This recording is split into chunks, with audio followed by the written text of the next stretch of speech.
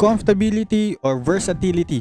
Today, pag-usapan natin ngayon ang Yamaha NMAX TechMax at saka yung bagong kakalabas lang na Honda ADV 160 na road sync. Sulit nga ba ang kanilang price to value ratio or tanging hype lang? Kaya sa video na to, pag-usapan natin ang kaniyang side-by-side comparison, specs and key features, and yung final thoughts natin dito regarding these motorcycles, kung alin ang mas sulit, alin ang mas maganda, and ano yung mga pinakamagandang mapaggagamitan if si Honda ADV 160 yung pipiliin mo or si Yamaha NMAX TechMax man. Kaya wag na natin patagalin pa, pag-usapan na natin ang side-by-side comparison nito. First and foremost, ang pricing nga pala ni Honda ADV Road Sync is 174,900 pesos, while si Yamaha NMAX TechMax naman is 175,900 pesos. Meron na nga pala tayong 5 kulay for the Honda ADV 160 Road Sync, while 4 naman for Yamaha NMAX TechMax. 2 Road Sync version and 3 ABS standard version kay Honda ADV.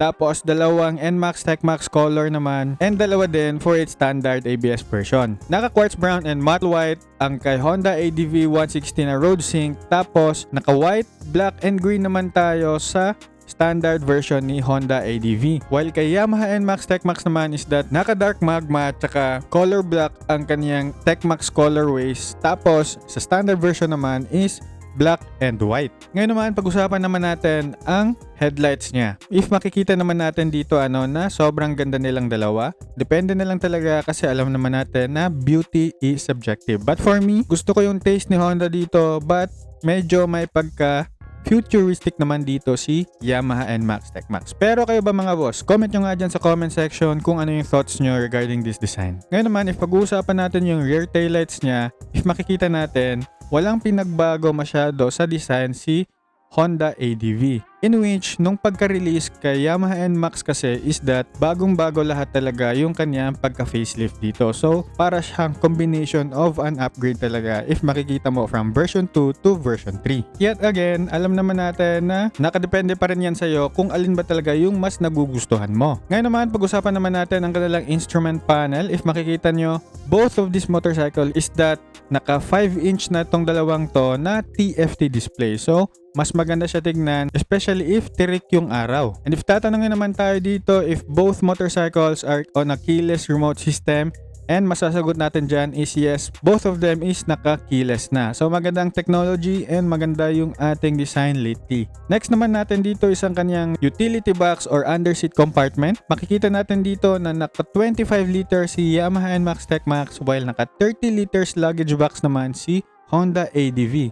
Whether road sync man yan or standard version, we can say that both of these motorcycle has its own numbers in their underseat compartment. Extra ba para sa'yo ang 5 liters na advantage dito kay Honda ADV? Next naman natin dyan na pag-usapan is ang kanyang charging port. Both of them have the charging port mga boss sa may left knees natin if nakadrive tayo, and both of them are naka USB Type-C charging port na. And if tatanungin naman tayo dito if ano yung wheel type natin dito, both of them is naka mugs. So alam talaga natin both of this motorcycle is malakas talaga ipang forma. Ngayon naman, if pag-uusapan naman natin ang kanyang fuel tank, si Yamaha NMAX TechMax ay merong 7.1 liters while si Honda ADV 160 is that meron siyang 8.1 liters.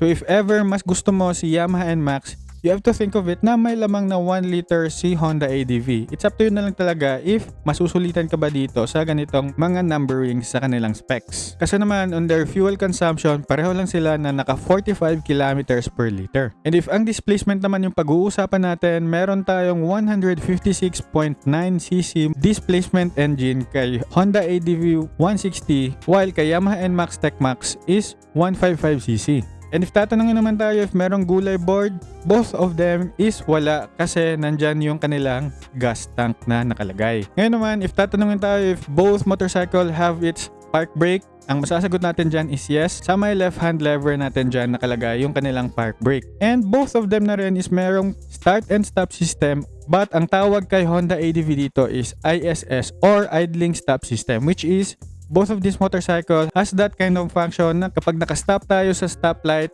may chance na mag-off siya, tapos mag-aandar ulit yung makina pag pinigaan mo yung throttle mo and aandar tayo. So, if naka-off yung makina, makakasave tayo dito sa kanyang fuel efficiency.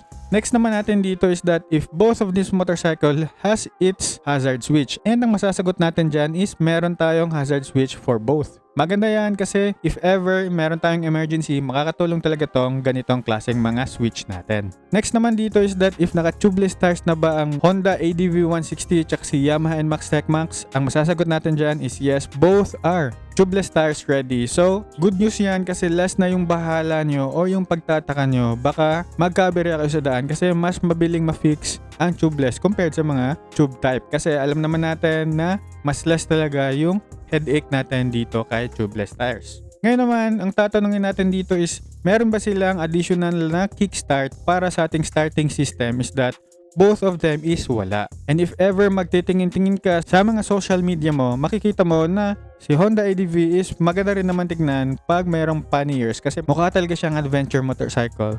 Tapos, if ever si NMAX naman, if titingnan mo, okay din naman siya pero mas maganda siya tignan if top box lang yung meron sa kanya. Depende pa rin yan sa'yo, boss. If ever, gagawin mo pang adventure yung NMAX na natitipuhan mo. Ngayon naman, pag-usapan naman natin ang specs and key features nila dito para makita mo if ganda ba yung numbers dito when it comes to their prices.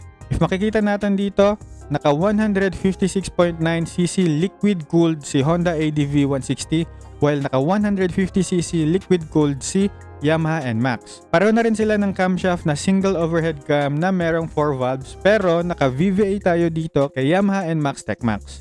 Power naman natin dito may 15.8 horsepower si Honda ADV at 8,500 RPM while kay Yamaha NMAX naman is naka 15.2 horsepower at 8,000 RPM. Torque naman natin dito 14.7 Nm at 6,500 RPM kay Honda ADV 160 while naka 14.2 Nm at 6,500 RPM naman kay Yamaha NMAX TechMax.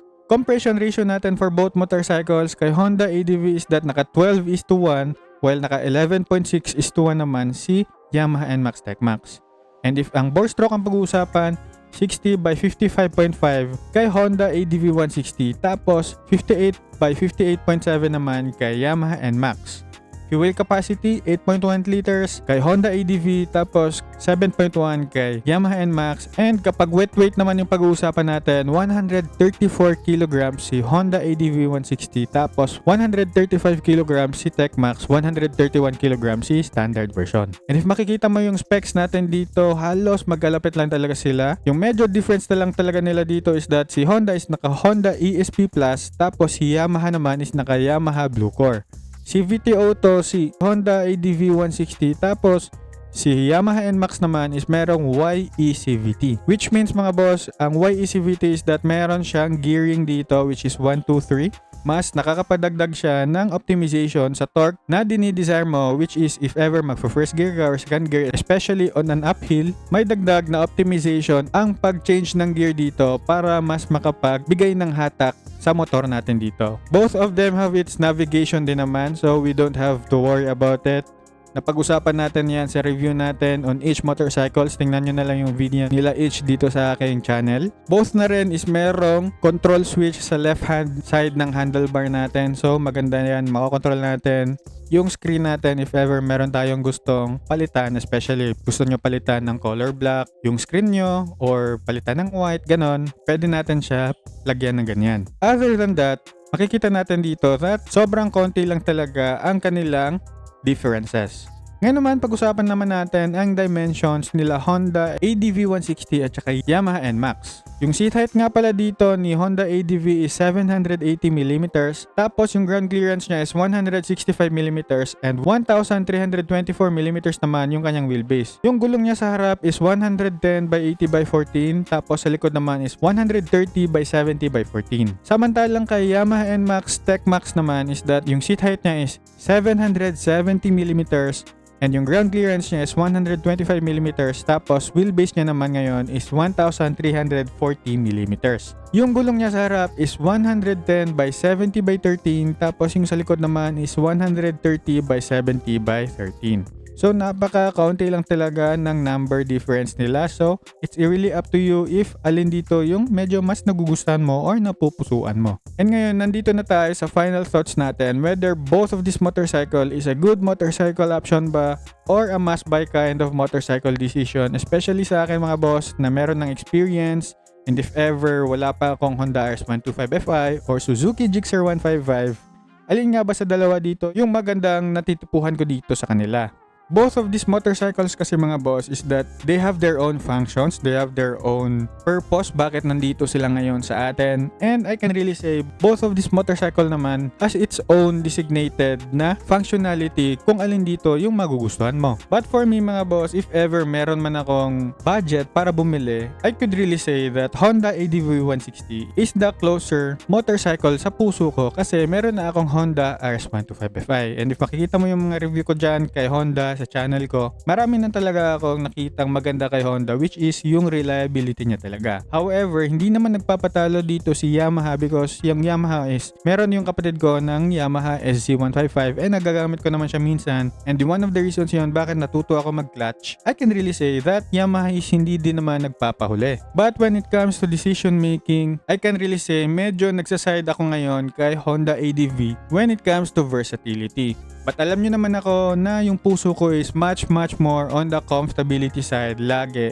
Especially yung mga nare-recommend ko lagi is yung scooter na may gulay board. Pwede magkasya yung mga helmet sa kanilang underseat compartment. Pwede mapaglagyan ng top box. Ganun klase yung mga nagugustuhan ko. But ngayon, on this criteria, masasabi ko na when it comes to versatility, dito panalo si Honda. But if comfortability yung pag-usapan, hindi naman talo dito si Yamaha NMAX. Depende na lang talaga alin yung gusto mo, alin yung napupusuan mo, and alin talaga yung pinakasulit para sa'yo. So for me mga bossing, Honda ADV 160 is a good kind of choice. Especially if napagtripan ko na mag-road trip na in the next coming days. And especially if ito yung gamit ko. Kasi kahit pa hindi road sync yung mapipili ko, napakaganda din naman talaga ng maibibigay if ADV motorcycle or adventure motorcycle yung kukunin mo. Again mga bossing, Yamaha NMAX has a very special place on my heart, but when it comes to versatility, parang magbabago talaga yung pag-iisip mo dito kasi meron siyang naidadagdag na spectrum sa mga preferences mo na wala kay Yamaha NMAX. Although pareho silang meron na comfortability na naibibigay. Pero kayo ba mga boss? Let me know your thoughts nga dyan sa comment section kung alin yung mas sulit para sa inyo for this kind of pricing. Comment nyo nga dyan sa comment section and pag-usapan natin ano yung mga pwedeng pag-usapan and may share nyo yung thoughts nyo and yung maganda para sa inyo para naman makapag-usap tayo together with the community. And if nagustuhan mo yung mga ganitong klaseng mga videos, you can follow me for more. Like this video na rin and make a comment down below if meron ka mga questions or suggestions na pwede natin pag-usapan dyan together with the community. You can also support me by purchasing helpful products dyan sa mga videos ko, and always remember lang to ride safe and see you on my next videos. Let's go!